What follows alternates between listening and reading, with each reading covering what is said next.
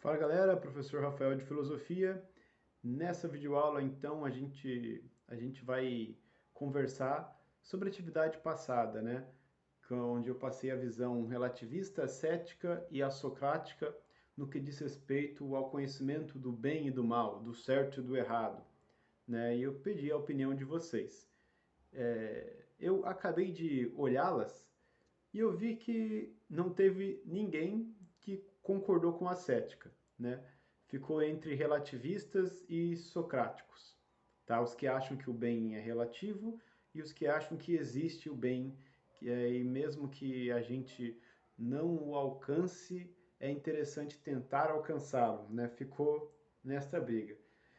E essa briga, gente, ela resumidamente, né, ela pode ser entendida como: existe fato moral ou não?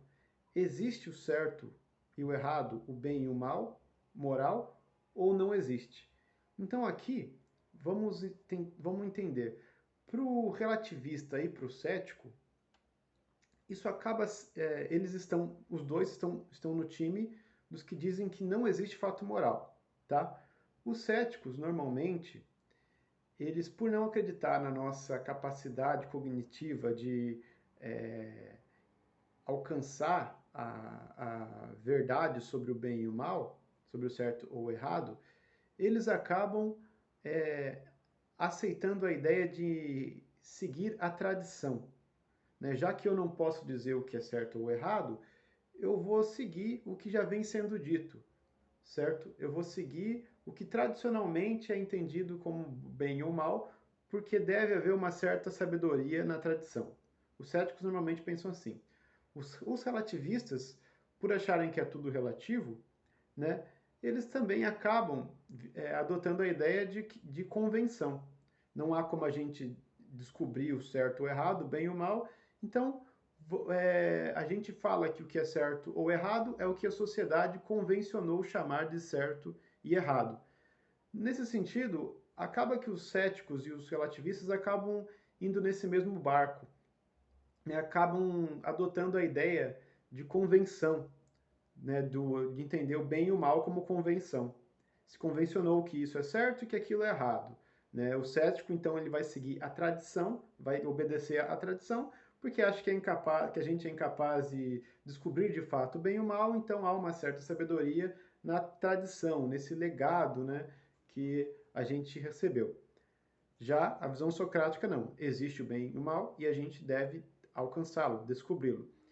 E eu vou começar aqui fazendo uma defesa da visão relativista e cética e depois eu vou fazer uma defesa da visão socrática, tá? E por fim, eu vejo se vocês, eu quero saber, né, na nossa próxima atividade, se essas pontuações que eu fiz aqui fizeram com que vocês mudassem de opinião ou não, se vocês seguem a mesma visão dessa atividade que vocês já me entregaram, tá? Bom, a primeira defesa que eu faço aqui dessa visão relativista e cética é a de que, se a gente for analisar as guerras ao longo da história, a gente vê que há sempre por trás das guerras uma ideia de que, as pessoas que estão guerreando, elas detêm uma verdade, certo? Pensa nas cruzadas, por exemplo, né? Os cristãos estavam lutando contra os muçulmanos, né? Acreditando que estavam defendendo a verdade. Eles possuíam a sua verdade, que estava no Deus cristão, e por saber a verdade, por possuir essa verdade, por saber o que é o bem e o mal, eles estavam guerreando para defender o que eles tinham certeza de que era o bem e o mal. O mesmo vale, por exemplo, para Hitler. Hitler tinha certeza que a visão nazista era a correta. Ele tinha certeza de que existia o certo e que o certo era aquilo, era a raça ariana, né? E o combate aos judeus. Do mesmo jeito, o Stalin, lá na União Soviética, ele achava que o certo era o comunismo. E em nome desse certo, desse bem que ele julgava saber, Ele também fez barbaridades, ele também matou um monte de gente para que se concretize esse bem que ele julgava saber. Tá? Então, qual que é a defesa aqui do relativismo e o ceticismo? Bom, esses caras dificilmente iriam brigar ferrenhamente pela sua verdade, assim, porque eles entendem que é relativo, que é convenção, então eles nunca seriam esse tipo de... eles não entrariam nesse perfil que eu acabei de passar, né? De fazer guerra em nome da verdade, fazer guerra em nome do que eu julgo ter certeza do que é o bem, certo? E agora, a minha defesa à visão socrática é a seguinte: eu acho que todo mundo concorda que a escravidão é errado, certo? Se não existe fato moral, se não existe bem e mal, eu não posso dizer que o Brasil evoluiu como sociedade ao abolir a escravidão, certo? Por quê? Porque se eu digo que ele evoluiu, e eu de fato acho que o Brasil evoluiu, acredito que todos devem concordar que o Brasil evoluiu por abolir a escravidão, né, foi um passo à frente, é, eu não posso achar que é um passo à frente se eu acredito que não existe bem e mal. Né? Não existe bem e mal objetivo. Se é tudo relativo, eu não posso dizer que uma sociedade que abole a escravidão avança. Tá? Então é só uma problematização a esse tipo de pensamento. Certo? Por quê? Porque se é tudo relativo, essa sociedade decide que a escravidão é errado, mas aquela não. Então é tudo relativo, é tudo convenção, deixa elas convencionarem de tal forma. Ah, eu acho que matar é errado, mas fulano não, ciclano não.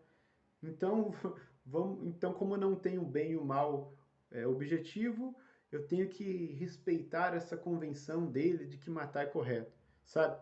Fica muito problemático se a gente retira a ideia de que há um bem e um mal objetivo, certo?